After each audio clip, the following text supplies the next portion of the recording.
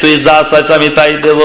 এবার কৃষ্ণ কয় মামা সত্যি কি তুমি দিবে? কয় হ্যাঁ দেব। কয় তাহলে তোমার বউটা দাও। এবার আয়ান ঘোষ বেকালে পড়ে গেল। এত বড় বিপদ তো আর হয় না, আর আমি ওয়াদা করছি না দিলেও তো চলে না। ওই কৃষ্ণর কাছে রাধিকাকে দিয়ে বলতেছে, এতদিন তুই ছিলি কৃষ্ণ, আজকের থেকে তুই হলি হরে। হরে মানে হরণ করা, তার মানেই হলো কারিয়া নেওয়া। আমার স্ত্রীকেও শেষ পর্যন্ত তুই কেড়ে নিলি। তুই প্রমাণ করলি যে আমি আসলে আগেও লুচ্চা এবং পরেও লুচ্চা।